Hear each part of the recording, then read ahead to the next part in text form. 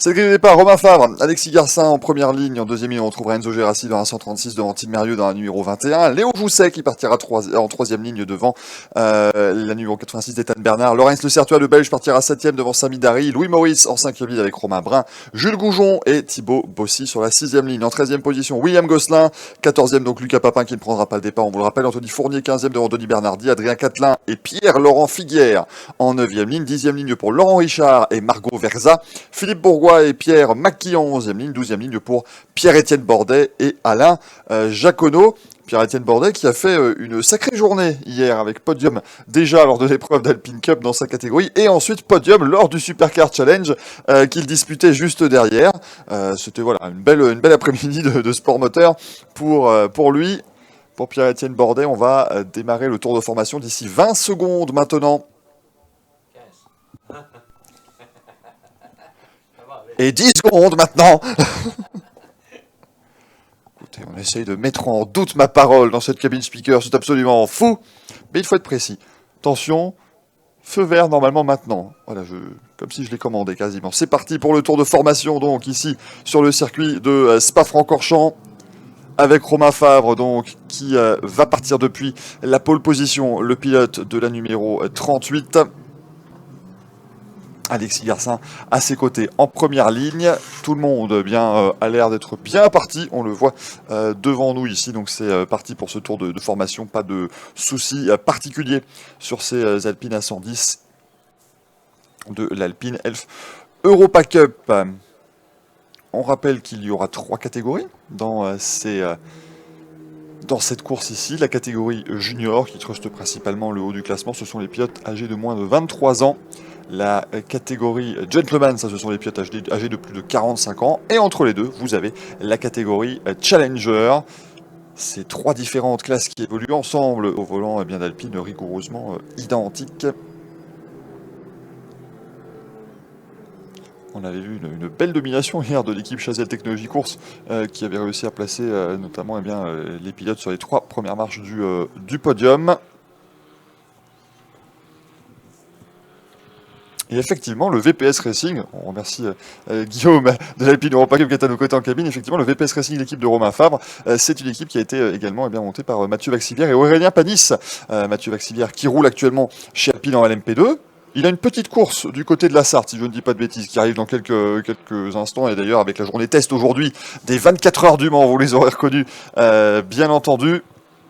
Pierre Gasly aussi par un luxe de cette équipe, c'est plutôt pas mal. Effectivement, je pense qu'il y a de quoi aller chercher quelques petites infos et quelques petits conseils du côté de Pierre Gasly, pilote Alpine en Formule 1, qui lui aussi a une petite course au week-end, mais du côté de Barcelone cette fois-ci, ça roule un petit peu partout pour Alpine, notamment à travers le monde ici. Les voitures qui vont arriver maintenant du côté du double gauche, et les voitures de tête d'ailleurs qui commencent à s'en extraire.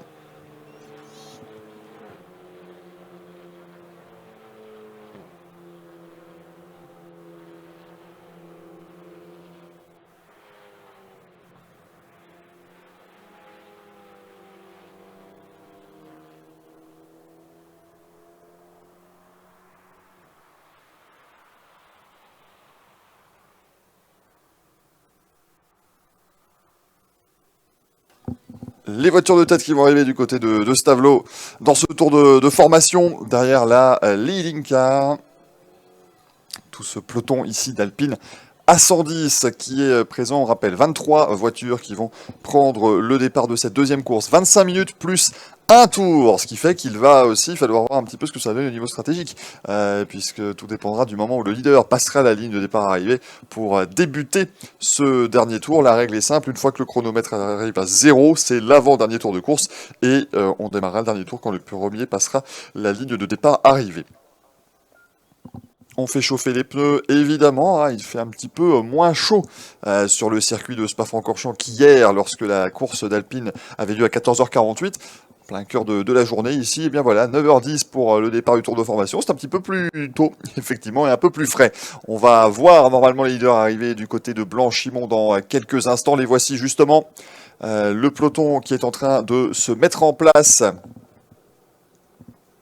en deux rangées. Romain Fabre avec la voiture numéro 38, lui il sera du côté droit de la piste, à gauche si vous nous suivez en live streaming. Et de l'autre côté, effectivement, Alexis Garcin avec la voiture numéro 22. C'est logique évidemment de mettre Romain Fabre du côté droit, puisque le premier virage, l'épingle de la source, est un virage à droite. On essaie toujours de mettre le poleman à l'intérieur pour qu'il ait ce petit avantage. Quand même, il a fait la pole position, il a le droit évidemment d'avoir un avantage. Un très joli peloton qui est très très bien aligné, la leading car qui va maintenant rentrer dans la pit lane. On jette un coup d'œil au niveau des feux qui sont toujours au rouge pour l'instant. Le peloton qui va commencer à accélérer, feu vert, c'est parti avec le départ de cette deuxième manche. Attention parce que ça joue des coups déjà avec notamment la 21 de Team Merieux, le tête à queue, le crash de Team Merieux directement dans le mur à l'intérieur. Attention, il revient sur la piste et finalement eh bien, tout le monde l'évite. Il semble même pouvoir continuer, mais ça a tapé quand même assez solidement au niveau de la ligne droite avant l'épingle de la source. Elle a l'air franchement endommagée, cette numéro 21 de Team Merieux. La descente vers le raidillon,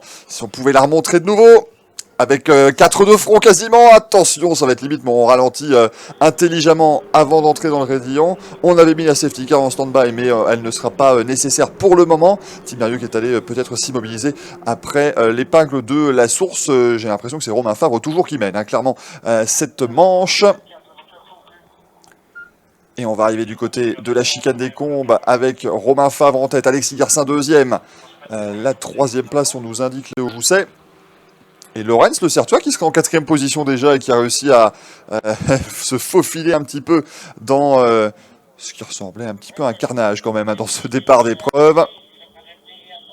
On va revoir le ralenti. Et Team Merieux, c'est vrai que tout le monde allait vers la droite de la piste. Ils étaient à 3 de front et à un moment donné, évidemment, tout le monde s'est un petit peu resserré sur Team Merieux qui a été percuté et qui est allé taper le mur. Mais là, ouais, c'est assez difficile à voir. On verra évidemment si la direction de course jettera un coup d'œil tout particulier sur cet incident. Les leaders qui sont maintenant du côté du double gauche.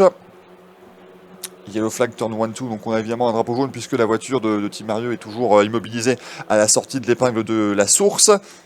Ça c'est effectivement dommage, il s'est lancé bien, hein. Team Merieux était vraiment bien positionné sur le grille de départ, mais ce sont aussi le genre d'incidents qui peuvent arriver. Et on l'a vu depuis le début du week-end, souvent sur les départs lancés, on vient vraiment serrer un maximum jusqu'au mur à droite. Et là, malheureusement, tout le monde avait pris un plutôt bon départ, ce qui fait que c'est un petit peu compliqué. Safety car en stand-by, on risque d'avoir une intervention de la voiture de sécurité dans quelques instants pour aller chercher la voiture de Team Merieux. Romain Fabre toujours en tête avec la numéro 38, Alexis Garcin dans la 22 en deuxième position.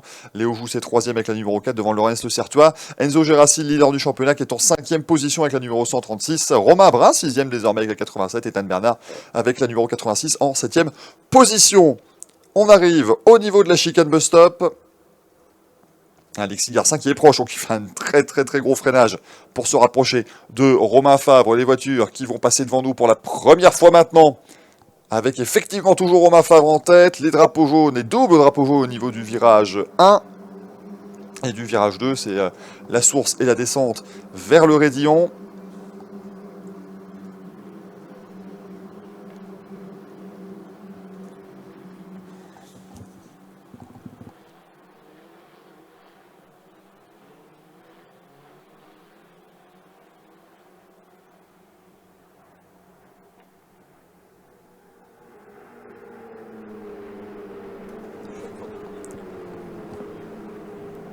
Et on a ici quelques voitures qui montent aussi le raidillon. Revoici les leaders avec Romain Fabre dans la numéro 38, Alexis Garcin dans la numéro 22. Donc tout le monde a passé là où se situe effectivement la voiture de Merieux, donc pas trop de problèmes là-dessus. Il est très proche Alexis Garcin et j'ai vraiment l'impression que sur les phases de freinage, il revient très fort sur Romain Fabre. Alors évidemment, l'effet élastique joue un petit peu, mais j'ai la sensation qu'il freine vraiment un tout petit peu plus fort, peut-être un peu plus tard également que le leader actuel. Le départ est évidemment sous investigation par la direction de course, ça n'est pas une énorme surprise vu l'incident qui a eu lieu sur ce départ de course. On va arriver dans le double gauche maintenant pour les voitures de tête. Et vraiment, Garcin qui est très proche de Fabre. Hein. Pour l'instant, c'est assez serré entre les deux pilotes. Et il commence tout doucement à s'échapper un petit peu par rapport à Lorenz Le Certois. À voir si le pilote belge va pouvoir aller s'accrocher. Warning pour les voitures numéro 86. C'est Tan Bernard, la voiture numéro 4 de Léo Jousset, qui doivent respecter les limites de la piste. Attention, Romain Fabre qui doit commencer à se défendre maintenant, notamment en arrivant du côté du pif-paf.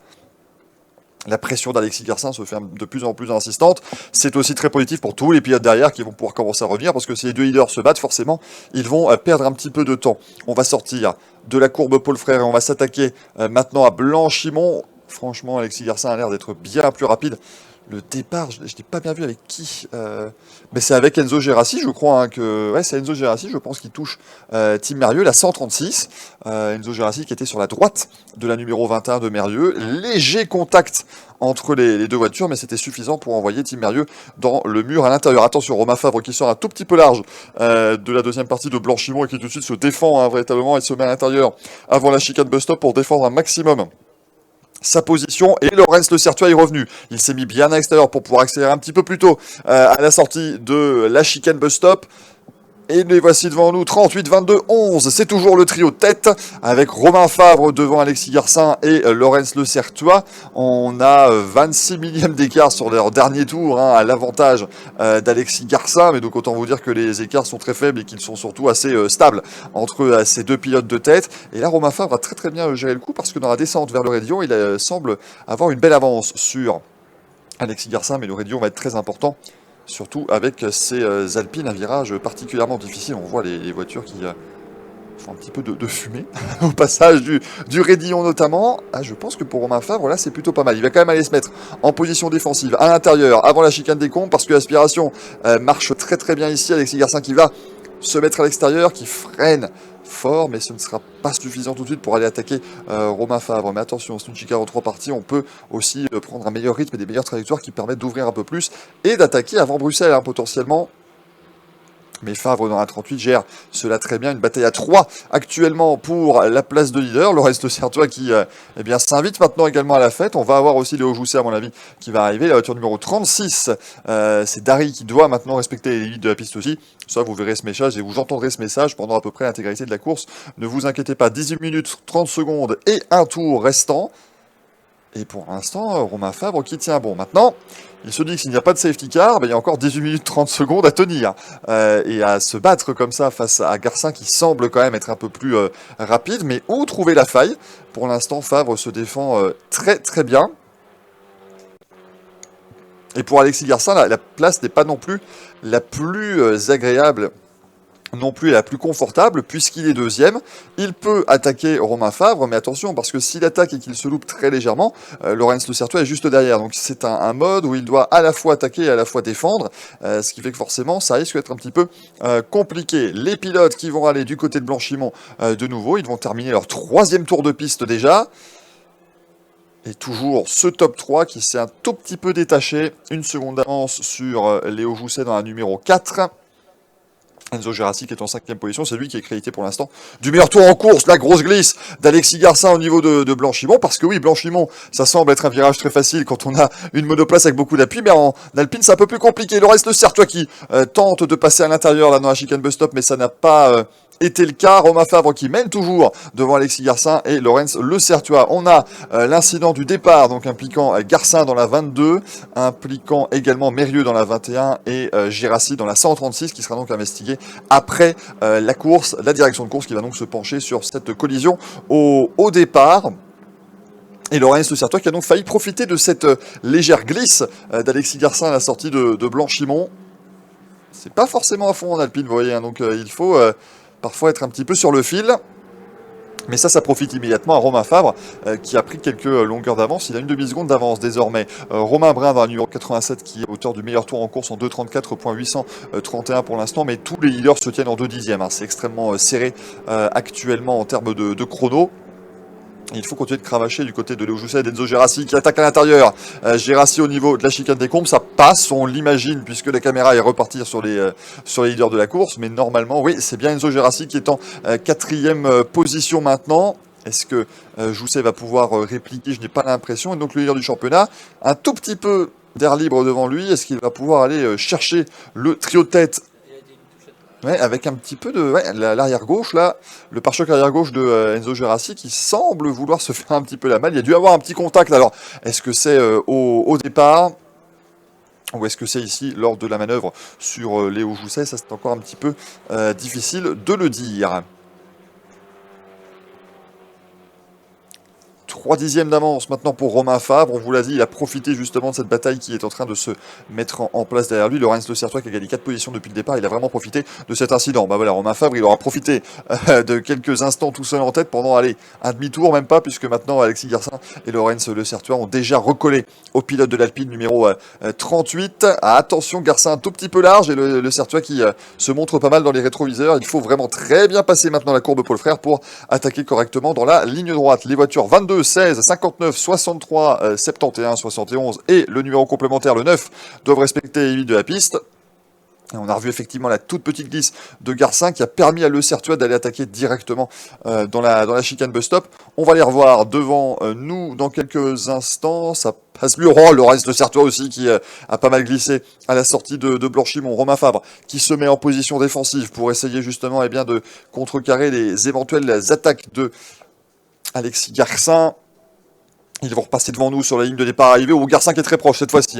À l'aspiration, la 38 et la 22, il n'y a pas grand-chose qui les sépare. Ça va peut-être devoir forcer Romain Fabre à rester sur la droite de la piste avant l'épingle de la source. Deuxième warning pour les voitures 36 et 86, donc Dari et Bernard qui doivent absolument maintenant respecter les limites de la piste. Deuxième avertissement, ça veut dire que la direction de course commence à en avoir un tout petit peu marre. Le troisième avertissement sera déjà plus sévère. On rappelle que la direction de course peut également évidemment infliger des pénalités aux pilotes qui ne respecteraient pas les limites de la piste et qui sortiraient large ou qui couperaient la trajectoire un tout petit peu trop souvent, notamment du côté du Raidillon et à la sortie de Blanchimont. Il est très bien placé, Alexis Garcin, cette fois-ci à la sortie du Raidillon. Et Romain Fabre l'a compris. Il se met directement sur la droite de la piste. Il va aller chercher la ligne blanche pour être certain que Garcin ne puisse pas s'infiltrer à l'intérieur. Garcin à l'extérieur. Ils sont côte à côte maintenant avant la chicane des Combes. C'est Romain Fabre qui a freiné le plus tard et qui reste devant. Ça s'est joué à quelques mètres, mais Romain Fabre qui conserve la tête. Ça, c'est vraiment une masterclass en conduite défensive que nous donne Romain Fabre actuellement. 13 minutes 38, donc ça fait déjà quasiment 12 minutes qu'il est en train de se défendre comme un beau diable. Mais attention, un petit peu large à l'épingle de Bruxelles, mais il se ressaisit immédiatement. Et qui revient en 4e position. Enzo Gérassi, bien sûr, le leader du championnat et vainqueur de la première manche hier.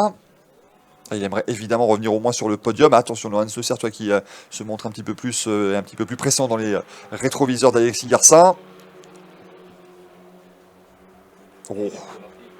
Ça glisse beaucoup. Ça glisse beaucoup du côté de Romain Fabre et on voit qu'il est vraiment à l'extrême limite pour essayer de résister à un maximum.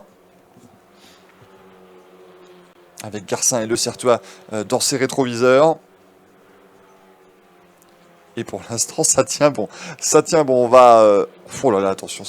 Très attention. Le Certois qui va attaquer peut-être. Non, ça ne passera pas. Le Certois qui a essayé de profiter de Garcin. On a vu Romain Fabre arriver en glisse au niveau de Stavelot. Alexis Garcin un petit peu large. Lorenz Le Certois qui a essayé de s'infiltrer à l'intérieur. Mais ça n'est pas passé pour le pilote belge de la numéro 11. Des warning flags comme s'il en pleuvait pour la numéro 63, notamment la 86 au niveau des limites de la piste. Et voilà Enzo Gérassi qui est déjà revenu. C'est un groupe de 4 maintenant qui va lutter pour la tête de l'épreuve. Et attention, parce que Enzo Gérassi, lui, il vient d'arriver, et c'est peut-être lui qui va un petit peu, déclencher cette situation. L'attaque à l'intérieur de Gérassi, superbe à l'intérieur de la chicane bus stop, il est passé devant Lorenz Le Certois. Imparable, cette manœuvre. Voilà, je vous l'ai dit, clinique. C'est clairement ce qu'il a été sur ce dépassement, et c'est peut-être ce qui va faire sauter le bouchon devant, puisqu'il vient se mêler à la lutte maintenant. Enzo Gérassi en 3e position.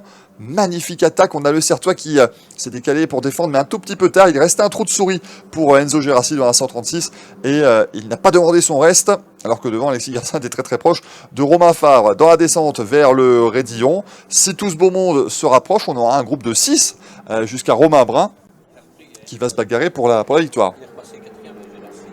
Et oui, Lorenz Le Certois qui est repassé, effectivement, bien vu Eric dans la cabine, mais Lorenz Le Certois qui repasse en 3e position. Ça a dû se passer au niveau de l'épingle de la source pendant que nous étions en mode replay. Donc pour l'instant, Fabre dans la 38, Garcin dans la 22, Gérassi dans Le Certois dans la 11, Gérassi dans la 136, mais il est déjà attaqué par Léo Jousset dans la numéro 4, et Jousset qui passe, c'était très limite. Eh bien, 5e place maintenant pour Enzo Gérassi. Attention, Léo Jousset qui a quitté la piste pendant quelques instants.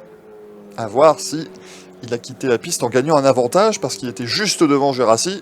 Et attention, Romain Brun aussi qui va tenter d'attaquer. On attend de retrouver les leaders sur notre moniteur et sur nos images. Ouh là par contre, Romain Fabre, 8 dixièmes d'avance. Là, Il a pris un tout petit peu la poudre d'escampette devant Alexis Garcin et Lorenz Le Certua.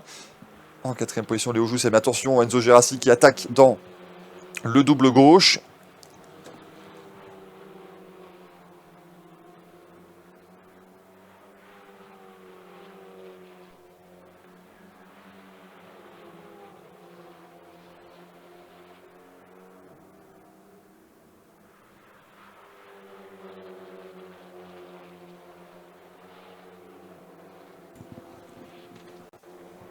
Et pour l'instant, Léo Jousset, ça tient bien face à Enzo Gerassi. Attention, parce que quand même, c'est un gros morceau qui est là, à 5 secondes de pénalité pour le numéro 86 d'Ethan Bernard, qui est en 7ème position pour l'instant et qui n'avait que 3 dixièmes d'avance sur Bossy dans la 85, qui est le leader en catégorie Challenger. 5 secondes de pénalité donc pour cette numéro 86 pour non-respect des limites de la piste. On va terminer le 6e tour de course ici sur le circuit de Spa-Francorchamps et Romain Fabre qui a pris un petit peu d'avance. Là, il doit commencer à être un petit peu soulagé, parce que derrière, Alexis Garcin ne suit plus trop le rythme, mais il a pas mal de voitures juste derrière lui. Je me demande quand même, est-ce que on ne serait pas en train de potentiellement songer à un drapeau noir à cercle orange pour Enzo Gerassi, parce que c'est en train de bien se détacher. Drapeau jaune, virage 14, effectivement, c'est là-bas. Ah, c'est la 23 de Richard, effectivement, qui est stoppé, qui est dans le bac.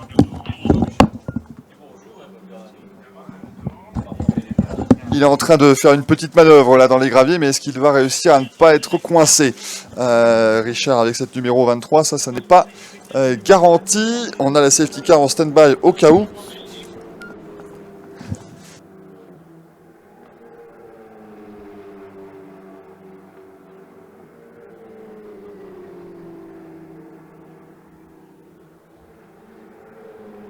Alors là, la défense qui est à l'extrême limite d'Alexis Garcin qui est allé dans l'herbe là carrément, et son splitter avant, en tout cas son pare-choc avant, est en train de frotter le sol, et ça profite à Léo Jousset qui prend la 3e position maintenant à Lorenz Le Certua, mais c'est complètement fou ce qui vient de se passer dans cette ligne droite des combes. Là on avait soudainement Alexis Garcin dans l'herbe. Et c'est lui qui se retrouve dans l'extrême défense par rapport à ce que faisait tout à l'heure Romain Fabre en tête de cette course. Il reste 8 minutes 13 secondes plus un tour, et le problème c'est que Richard dans la 23 est en train de quitter la voiture. Il est vraiment juste à côté du vibreur au niveau de Stavelot. La direction de course va certainement devoir sortir la voiture de sécurité. Attention, Léo Jousset qui tente de... c'est Gerassi qui retente de passer maintenant sur Lorenz Le Certua. Alors ça c'est fou parce qu'Alexis Garcin prend de l'avance alors que son pare-choc avant frotte le sol. Peut-être que c'est un choix aérodynamique qu'il va falloir regarder de plus près du côté de l'Alpine Cup. Enzo Gerassi qui essaie de passer à l'intérieur, à l'extérieur sur Lorenz Le Certua. Pour l'instant ça ne fonctionne pas au niveau du pif-paf. Les voitures qui vont arriver sous double drapeau jaune au niveau du virage de Stavelot. Donc évidemment la plus grande prudence est requise, même si vous êtes en bataille messieurs, wow, ça sort quand même très très près de cette voiture numéro 23. À cet endroit-là, on revoit ce qui s'est passé. Ah, il y a eu contact, je pense, effectivement. Le Certua qui était sur l'intérieur là de Garcin, il y a eu léger contact à mon avis entre les deux dans la ligne droite des combes, ce qui a envoyé Garcin dans l'herbe, et tout de suite Léo Jousset qui a tenté d'en profiter, qui a failli passer les deux pour prendre la 2e place. Mais pour l'instant, il reste en 3e position. Romain Favre, lui, eh bien, tout ce qu'il voit dans ses rétros, eh bien, c'est parfait. Puisque tout le monde se bat, ça lui permet de prendre pas mal d'avance. Il va avoir plus d'1 seconde 5 d'avance pour l'instant. On est allé chercher un débris, bravo. Encore une fois au commissaire de piste, là c'était du côté de la chicane des combes. Attention, Enzo Gerassi sur Lorenz Le Certua, c'était très limite. Gerassi qui a dû monter très fort sur le vibreur pour éviter le pilote belge, et ça a peut-être profité à Romain Brun. En fait, Le Certua s'était rangé vraiment du côté droit de la piste pour pouvoir recouper la trajectoire et tenter de passer Jousset, mais du coup, eh bien, Gerassi a vu cela comme une invitation à prendre l'intérieur et a tenté de dépasser Le Certua à l'intérieur sur Jousset dans l'épingle de la source. Ça ne passera pas pour l'instant pour le pilote belge. 1 seconde 7 d'avance pour Romain Fabre dans la numéro 38. 2 secondes 4 sur Jousset dans la 4, 2 secondes 8 sur Le Certua dans la voiture numéro 11. Enzo Gerassi qui a réussi à rester pour l'instant en 5e position devant Romain Brun.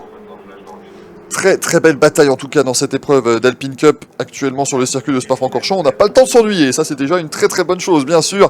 Il reste 6 minutes plus un tour. Alexis Garcin qui essaie toujours de se défendre un petit peu, avec Léo Jousset qui fait des appels de phare. J'ai l'impression qu'on utilise pas mal les appels de phare dans cette catégorie, pour essayer peut-être un petit peu d'intimider l'adversaire. Léo Jousset qui a fait la jonction maintenant avec Alexis Garcin. Et la voiture repart, effectivement, la voiture numéro 23 qui reprend la piste. On est allé la secourir de ce bac à gravier et Richard va pouvoir reprendre la piste. On va juste essayer de dégager rapidement ce véhicule d'intervention. Les leaders ne sont pas encore complètement là. Ils arrivent au double gauche, donc tout va bien. Ils sont même sortent seulement du speaker corner. Donc voilà. Merci encore une fois à toutes les équipes de commissaires. Travail très efficace. Attention, Léo Jousset, que se passe-t-il? Là, il est dans l'herbe. Léo Jousset complètement sorti large au niveau du speaker corner et il a perdu 4 places d'un coup. Et il se retrouve derrière Romain Brun. Il va être en 6e position. Désormais Léo Jousset. Ah, ça c'est difficile évidemment. Ouais. Romain Brun qui sera également un petit peu large au niveau du double gauche. Pour Romain Fabre, tout va bien devant hein, pour la voiture numéro 38. 2 secondes d'avance. Là il est très content à mon avis de voir ce qui se passe derrière lui. Et il a fait le break très clairement. Alexis Garcin en 2e position avec la numéro 22. Léo Jousset qui était 3e, qui ne l'est plus. C'est Laurens Le Certois qui récupère la 3e place. Il va se battre hein, pour ce podium à domicile, le pilote belge. Mais on a juste vu la voiture de Jousset très très large au niveau du speaker corner. Ce virage à gauche également appelé courbe Jackie X. Après l'épingle de Bruxelles. Là c'est assez étonnant de le voir sortir à ce point large. Romain Fabre qui lui est maintenant... domine absolument en termes d'écart. Derrière, ça sort, mais alors extrêmement large pour Romain Brun. La direction de course va quand même jeter un œil, à mon avis, à toutes ces sorties. Et Laurens Le Certois aussi, qui a un pare-choc avant qui commence à se rapprocher du sol. Un petit bump, c'est ce qu'on appelle un bump de la part de Romain Brun sur Enzo Gerassi dans la chicane bus stop. Il est simplement venu bien, lui taper légèrement l'arrière, mais comme on l'a dit dans un célèbre film, la poussette, c'est la course, ne vous en faites pas. Alors qu'on a maintenant Léo Jousset qui tente d'attaquer Romain Brun et warning flag pour la numéro 85 de Bossy, le leader en catégorie Challenger pour non-respect des limites de la piste. 3 secondes 2 maintenant d'écart entre Romain Fabre et Alexis Garcin en tête de la course. Il reste moins de 4 minutes plus un tour.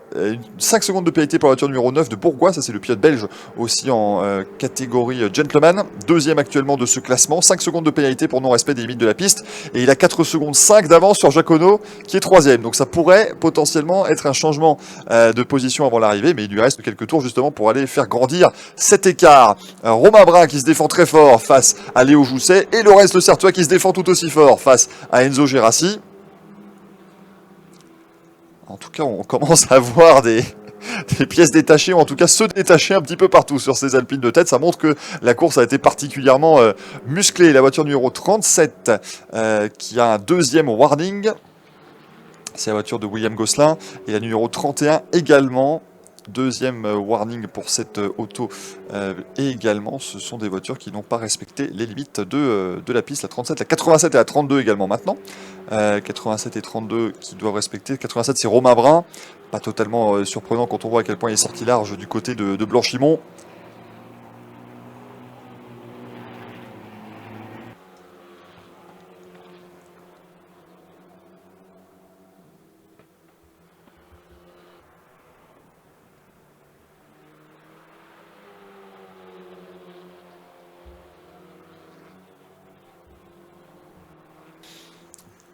Au niveau des écarts maintenant, Romain Fabre 3 secondes 5, il a d'avance sur Garcin, qui lui possède quelques dixièmes aussi maintenant sur Laurens Le Certois. C'est la bagarre pour la 3e place qui va cristalliser notre attention. Le Certois, Gerassi, Brun, Jousset, faites vos jeux, parce que c'est extrêmement serré entre ces 4 pilotes pour l'instant. Et Laurens Le Certois avec son pare-choc qui continue de frotter, tout comme Alexis Garcin. La voiture de Romain Fabre, par contre, elle, à contrario, on dit qu'elle n'a rien du tout. Il a été impeccable de A à Z. Le tête à queue d'Enzo Gerassi, attention, dans Blanchimont, ça sort dans les graviers du côté de Léo Jousset. Il va pouvoir s'en sortir. Le leader du championnat qui est sorti de la piste. Oh là là là là, attention, là, c'était très très très limite. Enzo Gerassi qui est sorti au niveau de Blanchimont. Ils étaient tous les 4 en bataille, hein. Véritablement, les 4, on a l'impression qu'ils tentaient chacun quelque chose. Safety car, voiture de sécurité déployée à 1 minute 30 de l'arrivée. Eh bien, c'est ainsi que se terminera cette 2e manche de l'Alpine Elf Europa Cup ce week-end à Spa-Francorchamps. En principe, sauf si on peut les relancer pour le dernier tour qu'il reste, puisqu'il reste 1 minute 30 et 1 minute 17 maintenant, plus un tour. Mais en tout cas, voiture de sécurité, safety car on track, avec eh bien cet incident spectaculaire au niveau de Blanchimont. Ça n'est pas une bonne nouvelle du tout pour Enzo Gerassi, bien sûr. Le leader du championnat qui part en tête à queue, vainqueur hier, Enzo Gerassi, sur ce circuit de Spa-Francorchamps. Alors on ne sait pas s'il a s'il y a eu contact ou non, mais en tout cas c'était extrêmement serré entre ces quatre autos. La numéro 33 de Bernardi qui doit respecter absolument les limites de la piste, bien sûr, on lui adresse un warning. Je vois Romain Favre au niveau de la chicane des Combes, mais je n'ai pas l'impression qu'il soit derrière la voiture de sécurité, donc il va falloir attendre aussi que bien, les leaders rattrapent cette voiture de sécurité.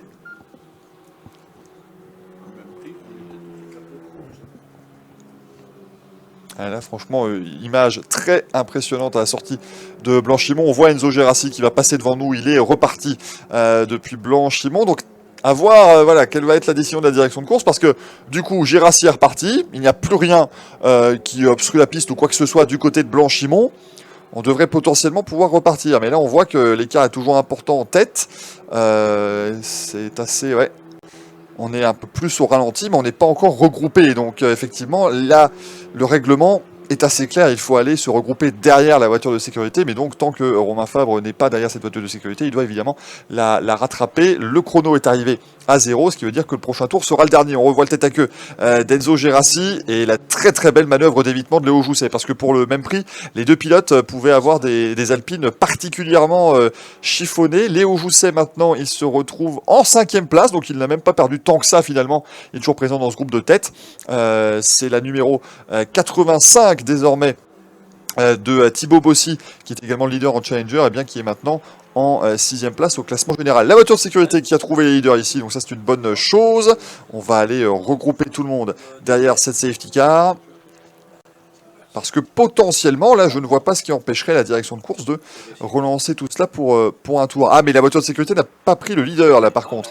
Il me semble, je crois que c'est... Oui, voilà, la voiture de sécurité qui laisse passer, parce que c'était William Gosselin qui était derrière cette safety car. Donc, effectivement, toute la file d'attente n'a pas encore pu se reformer. Les leaders de la course, à savoir Romain Fabre et Alexis Garcin, sont loin devant. Et donc, ils arrivent devant nous, d'ailleurs, sous régime de safety car. Et on entame le dernier tour de piste pour Romain Fabre dans cette voiture numéro 38. Romain Fabre qui va donc aller en toute logique s'imposer, puisque de toute façon les dépassements, même si on relance la course pour quelques mètres, les dépassements ne sont pas autorisés avant la ligne de départ arrivée. Donc Romain Fabre qui va aller chercher une nouvelle victoire, une victoire ici sur le circuit de Spa-Francorchamps, devant Alexis Garcin et Laurens Le Certois. Finalement, le pilote belge Laurens Le Certois sera sur le podium du classement général, qui sera également le podium de la catégorie junior.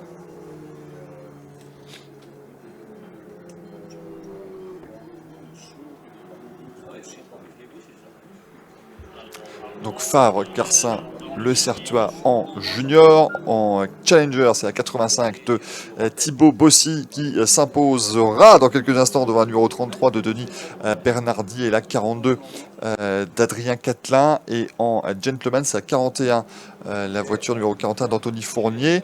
Alors devant Philippe Bourgois dans la numéro 9, malheureusement on rappelle qu'il a écopé d'une pénalité de 5 secondes. Ce qui veut dire que c'est certainement Alain Jaconneau dans la 77 qui va passer en deuxième position.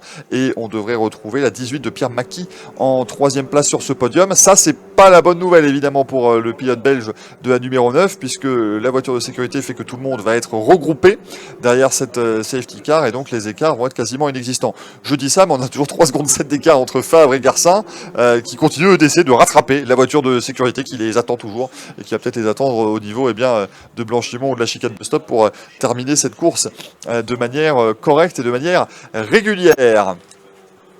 Le leader, Romain Fabre, qui est maintenant dans le pif-paf.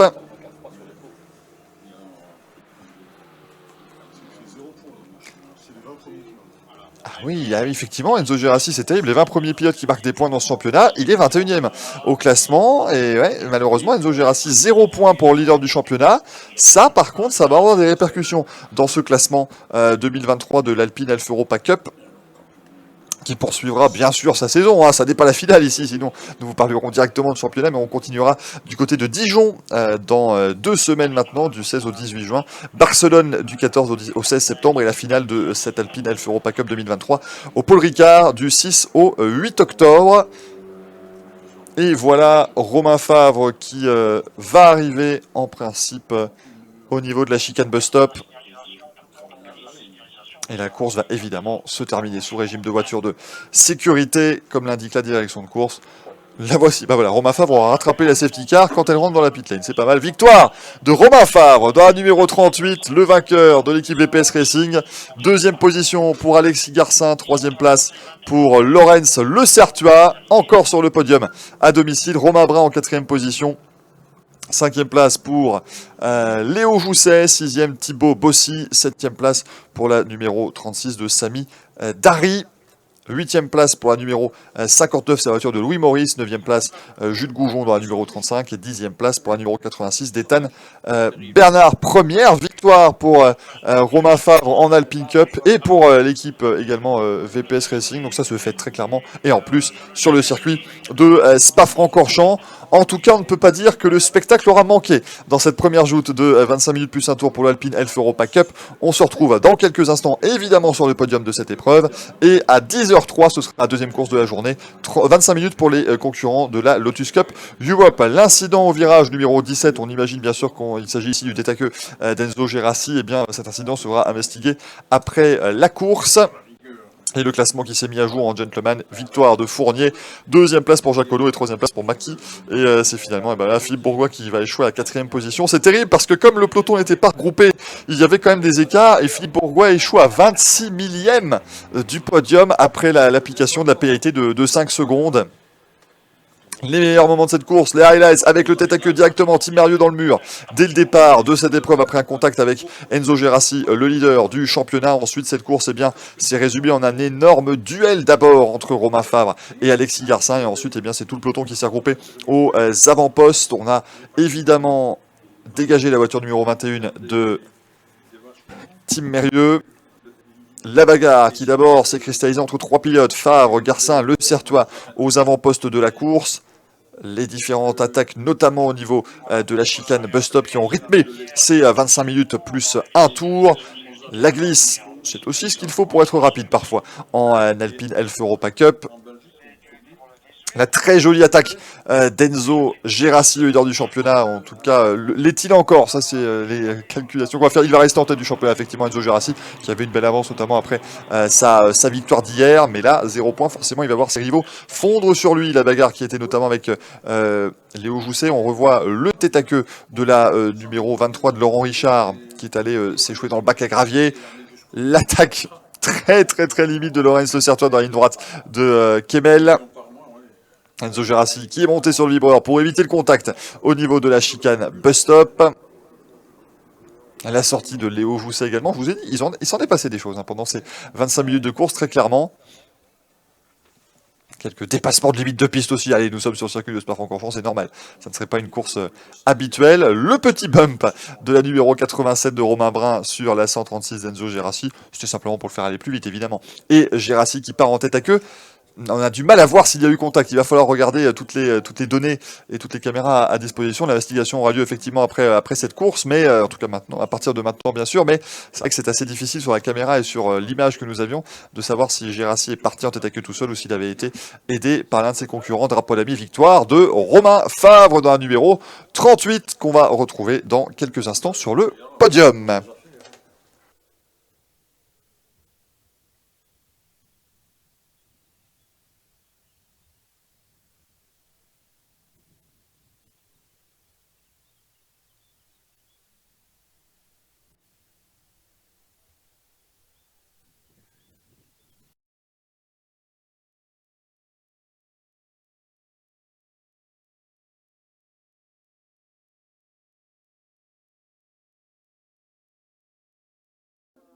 Alors que les Lotus vont partir pour un tour de formation, on va débuter la cérémonie protocolaire ici pour cette deuxième manche de l'Alpine Elf Europa Cup.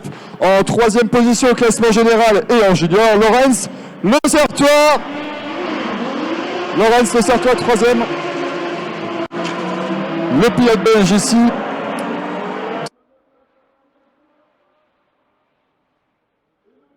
Pour le VPS Racing, Romain Favre. Et on va écouter la Marseillaise.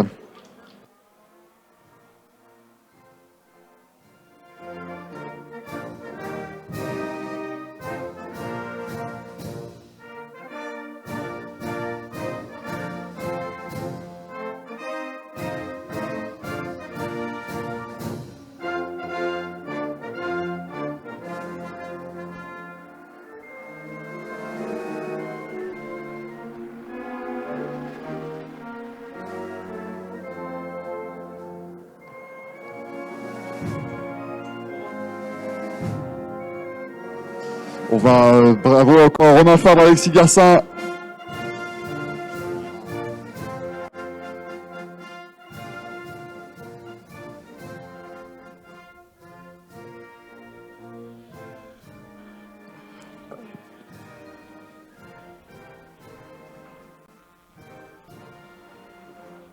Romain Fabre, Alexis Garcin, Laurence Le Certois sur ce podium. On va remettre également le trophée pour le représentant du VPS Racing qui remporte cette épreuve ici en Alpine Elf Europa Cup.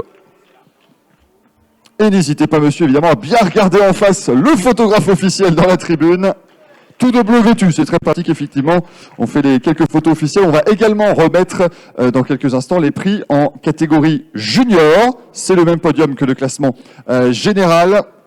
Victoire là aussi donc pour Romain Fabre devant Alexis Garcin et Laurence Le Certois.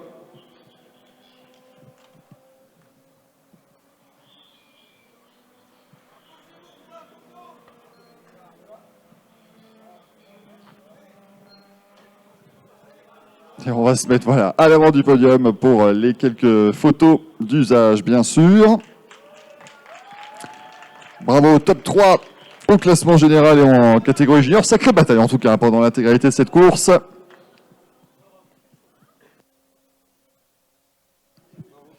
Bravo messieurs, on va pouvoir passer au podium. Et ils vont quand même récupérer quand même vos bouteilles de champagne, messieurs, hein, c'est important. Et pour les papas, bah oui, forcément. Les papas qui vont récupérer ces bouteilles de champagne, bien sûr. On va poursuivre avec le podium en catégorie Challenger. La 3e place pour Adrien Catelin. Adrien Catelin, 3e position. Le voici qui arrive. La 2e place pour Denis Bernardi. Et le vainqueur en catégorie Challenger, Thibaut Bossy.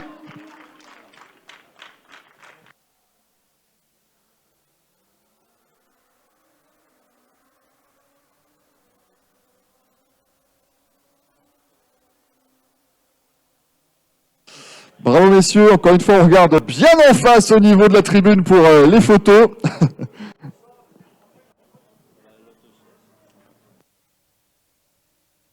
Alors que dans quelques instants, les Lotus Cup Europe vont venir se mettre en grille.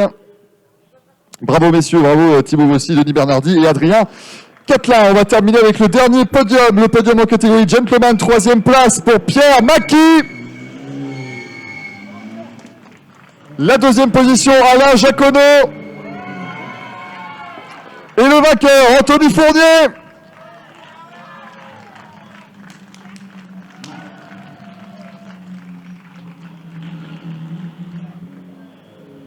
Bravo messieurs pour ce podium en catégorie Gentleman. On va remettre les trophées, bien entendu.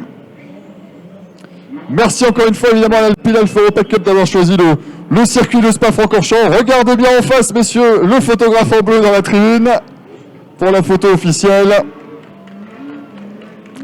Et dans quelques instants, les Lotus qui vont partir pour le départ.